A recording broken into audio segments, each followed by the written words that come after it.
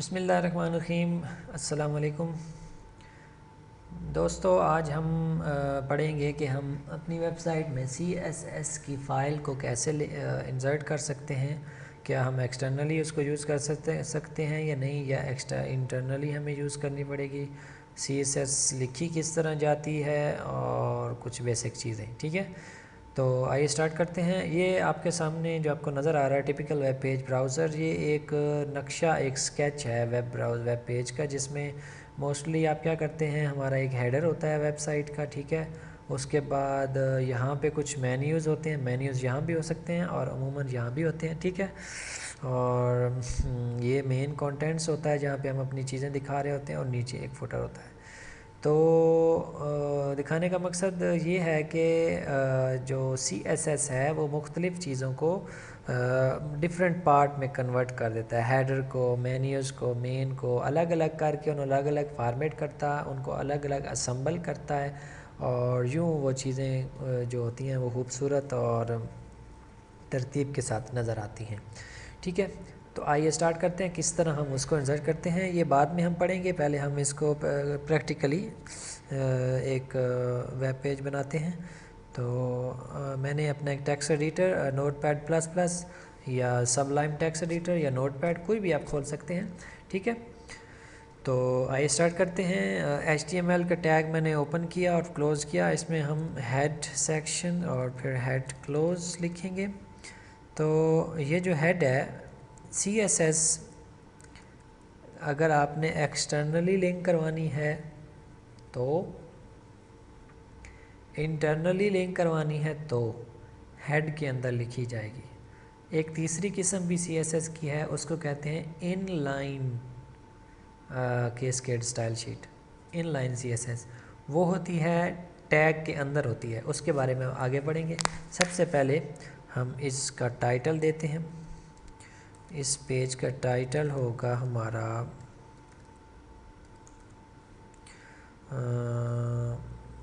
Intro to CSS। Okay, then head section शुरू होगा। अब हम यहाँ पे उसको करेंगे लिंक, तो मैं बाद में आपको बताता हूँ लिंक क्या। पहले हम STYLE स्टाइल और फिर स्टाइल क्लोज। अब इसके अंदर हम लिखेंगे अपना स्टाइल। मिसाल के तौर पे ये मैं स्टाइल बाद में, चले मैं इसको लिख देता हूँ body.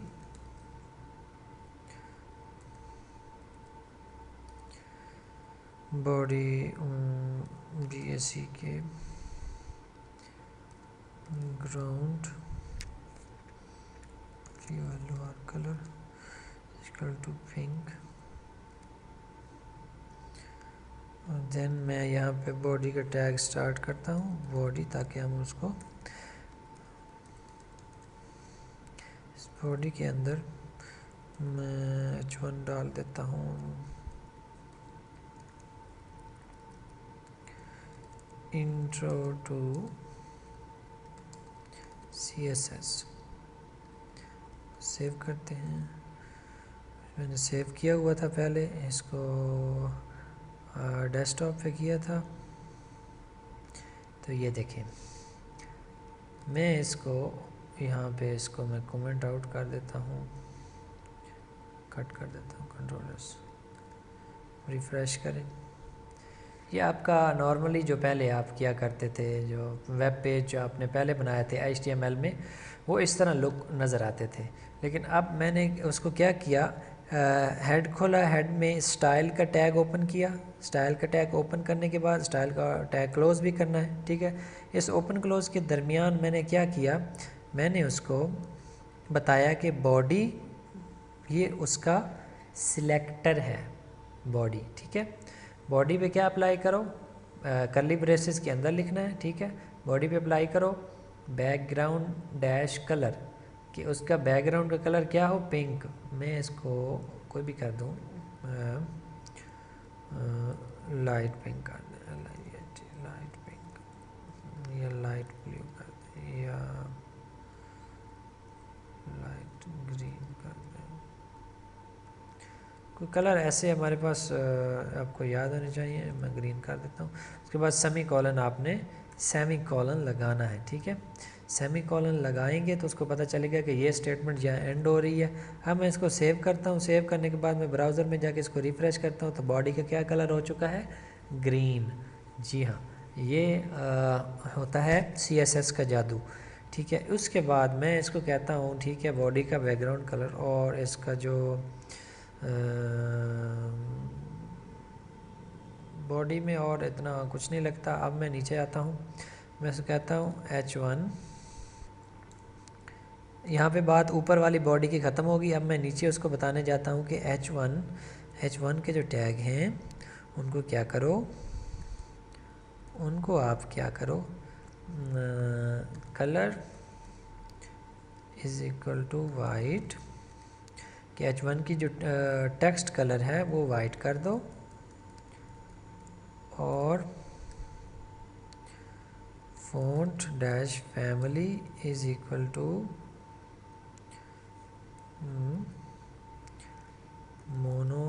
Monotype comic sans MS। ये मैंने, अगर आपको पता हो, वो वर्ल्ड में आपने फ़ॉन्ट के जो स्टाइल होते हैं, एरियल, कैलिबरी, मोनोटाइप, कर्सिया, और ये उसके उस तरह के ये स्टाइल हैं। तो मैंने उसको कहा कि H1 का जो कलर है वो वाइट करना है, और फ़ॉन्ट फैमिली जो है वो कॉमिक सैंस करनी है। और ये आपके सामने, मैं सेव और ब्राउज़र में जाके रिफ़्रेश, तो उसने क्या किया, उसका फ़ॉन्ट कलर भी चेंज कर दिया और उसका फ़ॉन्ट स्टाइल भी चेंज कर दिया। अब देखें, मैं नीचे डालता हूँ H2 welcome to our site H2 close, तो उसने H2 को कुछ नहीं किया, बिल्कुल नॉर्मल। क्यों? क्योंकि हमने यहाँ पे H2 को कुछ नहीं कहा किया था। अब अगर मैं यही कोड कॉपी करके पेस्ट करता हूँ, यहाँ दे देता हूँ H2, तो मैं कहता हूँ यहाँ पे उसका कलर येलो कर दो, yellow, and save, go to the browser, refresh the page, और आपके सामने ये उसने H2 का कलर कर दिया येलो। तो ये एक तरीका है, आप हेड टैग में जाके, यहाँ आपको H2 H1 के कलर को कलरिंग करना मकसद नहीं हमारा। ये लेक्चर सिर्फ और सिर्फ ये बताना था कि HTML में CSS कैसे लिखी जाती है। एक तरीका स्टाइल में जाके, दूसरा तरीका है हेड के अंदर आप उसको बताएंगे लिंक रेफरेंस। हेड के अंदर आइए अब इसका पढ़ते हैं। ये attach a style sheet to a page by adding the code to the head section of the HTML, ठीक है। There are 3 ways to attach CSS। 3 तरीके कौन से? External style sheet, best use to control style sheet. जी हाँ, ये बहुत best है। ये अलग से एक फ़ाइल होती है, आपको HTML में इतना रश नहीं लगता, और आपका HTML सादा और सिंपल रहता है, समझने के काबिल रहता है, और CSS अलग से रहती है। उसमें क्या करना है, आप एक अलग से एक फ़ाइल बनाएंगे। मिसाल के तौर पे मैं आपको बता के दिखा देता हूँ। ये सारा कोड मैंने किया कट, यहाँ मैं एक नई फ़ाइल खोलता हूँ, उसमें पेस्ट करता हूँ और उसको सेव करता हूँ, क्या, css.css, ठीक है, कोई भी नाम दे दें, और .css लिखना है। तो .css लेके उसने उसके कर दिया, उसको पता चल गया कि ये CSS में मैंने लिख दिया। अब अलग से फ़ाइल बन गई। मैंने अब यहाँ पे उसका लिंक दे देना है। क्या दे देना है? लिंक। अब लिंक देने के लिए स्टाइल लिखने की ज़रूरत नहीं, बस आप क्या करें, link release is equal to stylesheet लिख दें आप।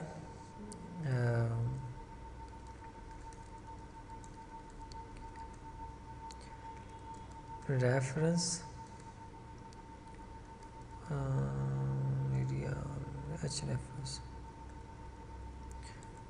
reference is equal to css.css,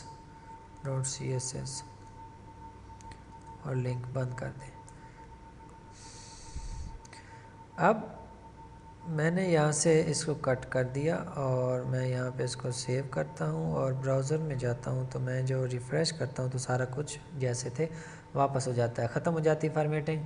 अब मैं यहाँ पे वो वाली एक्सटर्नल लिंक मैं डालता हूँ। एक्सटर्नल लिंक डालने के बाद मैं सेव करता हूँ, ब्राउज़र पे जाता हूँ और आप देखें फिर वैसे ही हो गया, जबकि यहाँ पे स्टाइल शीट नहीं है।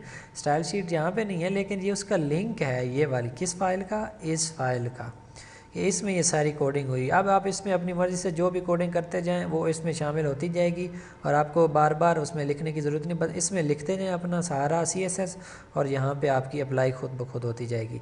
ये होता है बेस्ट तरीका उसको लिखने का, पहला तरीका। दूसरा, इंटरनल स्टाइल शीट। वो इंटरनल स्टाइल शीट वही जो हमने थोड़ी देर पहले यहाँ पे स्टाइल डाल के स्टाइल का टैग ओपन किया, उसमें सारी स्टाइल लिखा और फिर क्लोज़ किया था यहाँ हेड के अंदर। दूसरा तरीका वो है। तीसरा तरीका कौन सा है? तीसरा, inline. CSS is not attached in header but is used directly with an HTML tag. जैसे कि मैं आपको दिखाता हूँ, ये तरीका है इनलाइन का। P style is equal to colour red और मैं hello I am red, P close. अब जाएं और इसको रिफ़्रेश करें, ये देखें आपको रेड नज़र आ रहा होगा। इसको मैं क्या कर दूं, इसका मैं कलर फ़ॉन्ट साइज़ बढ़ा देता हूँ। Font dash size is equal to 3em। Refresh, hello I am red. हम रेड की जगह, भाई रेड आपको नहीं मिला, हम इसको कहते हैं जी ग्रीन, लाइट ग्रीन। कौन सा बताएं जल्दी बताएं। White. Save, hello I am red. तो ये होता है इन लाइन भी। आप ये P जो है वो टैग है, आपको पता है P पैराग्राफ HTML का एक टैग है, उसमें हम स्टाइल लिखते हैं, उसके बाद इज इक्वल टू, फिर कल इन्वर्टेड कॉमास, फिर वो वाला स्टाइल लिखते हैं जो हम अप्लाई करना है, फिर सेमी कॉलन, हर स्टाइल के बाद सेमी कॉलन, ठीक है, हर स्टाइल के बाद। तो फिर उसको एंगल ब्रैकेट से क्लोज करके फिर हम अपने सारा वो डाटा यहाँ पे लिखते हैं। अब इस P के अंदर आप जितना भी डाटा लिखेंगे वो सारे का सारा जो है वो क्या शो होगा, उसी स्टाइल में शो होगा, ठीक है। तो ये 3 तरीके आपको बताने का मकसद 3 तरीके कि किस तरह स्टाइल शीट अटैच की जाती है, किस तरह उसको सेव किया जाता है, किस तरह वो लुक लाइक दिखती है, ठीक है। तो आज के लिए इतना ही बहुत है और आपको उम्मीद है पसंद आया होगा। किसी भी किस्म का सवाल हो तो नीचे कमेंट्स बॉक्स में कमेंट्स कीजिए, लाइक भी कीजिए, शेयर भी कीजिए, सब्सक्राइब भी कीजिए, दोस्तों को बताइए ताकि उनका भी फ़ायदा हो। Thank you so much.